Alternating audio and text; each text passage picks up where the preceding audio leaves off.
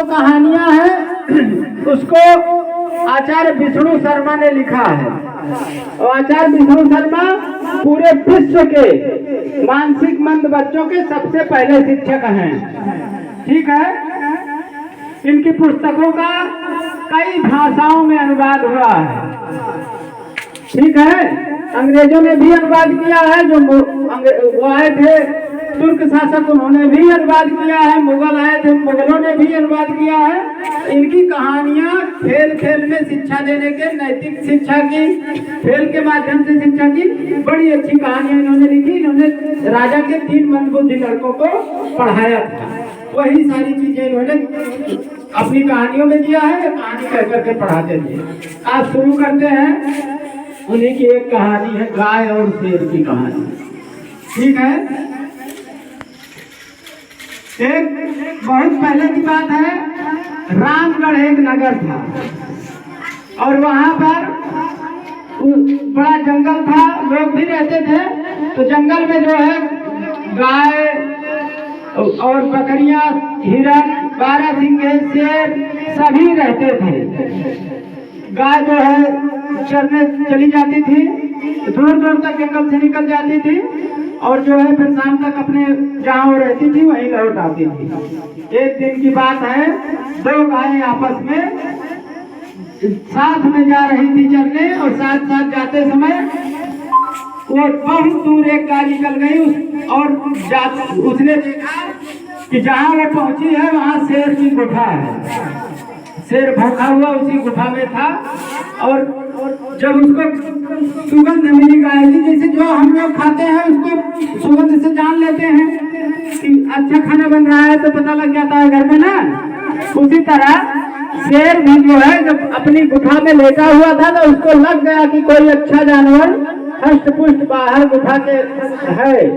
वो निकल आया और गाय को खाने के लिए दहाड़े मारने लगा। पहले दहाड़ते हैं ना शेर, उसके बाद गाय विनती करने लगी कि आज हमको न मारिए, हम अपने बछड़े को छोड़ करके वहाँ आए हैं, अभी वो कुछ खाता नहीं है, वो सिर्फ हमारा दूध पीता है, इसलिए आज हमको छोड़ दीजिए।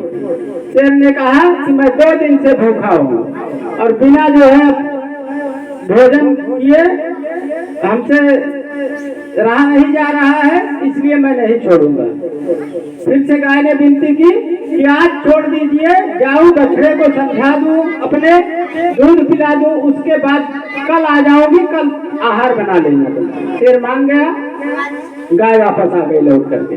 अब उसने जो है बछड़े से बता दिया कि अब से तुमको घास चरना सीखना होगा, अपने साथ करनी होगी और जो है अब कल हमको जो है हमारा कल अंतिम दिन है। और गाय लौट करके दूसरे दिन फिर वहां पहुंच गई। जब गुफा के सामने पहुंची तो उसने बताया कि अपने वादे के हिसाब से हम जो है आपके पास उपस्थित हैं, अब आप हमको अपना आहार बना सकते हैं।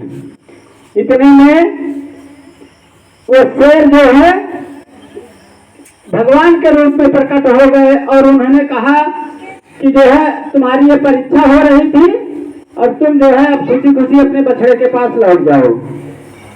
ये तो हो गई कहानी। अब इससे ये शिक्षा मिलती है कि अपने वचन के अगर आप पक्के हैं, विषम से विषम परिस्थितियों में जो आपने वादा किया है, जो आपने वचन दिया है, उसको अगर पूरा करते हैं तो कोई समस्या नहीं रहेगी। आप थोड़ी समस्या हो सकती है, लेकिन बाद में वादे के पक्के हैं तो आप जो चाहें वो कर सकते हैं और आपका अच्छा व्यक्तित्व तो निखर करके आएगा अगर आप जो बातें कहते हैं उससे मुकरते नहीं है तो ठीक है। अब आज से आप लोग ध्यान दीजिएगा कि जो कहो कि कल ये सुना देंगे तो वादे के पक्के रहो। जो कहा जाए कि इसको याद करके आना है तो याद करके आना है, ठीक है। अब कल कोई दूसरी कहानी होगी।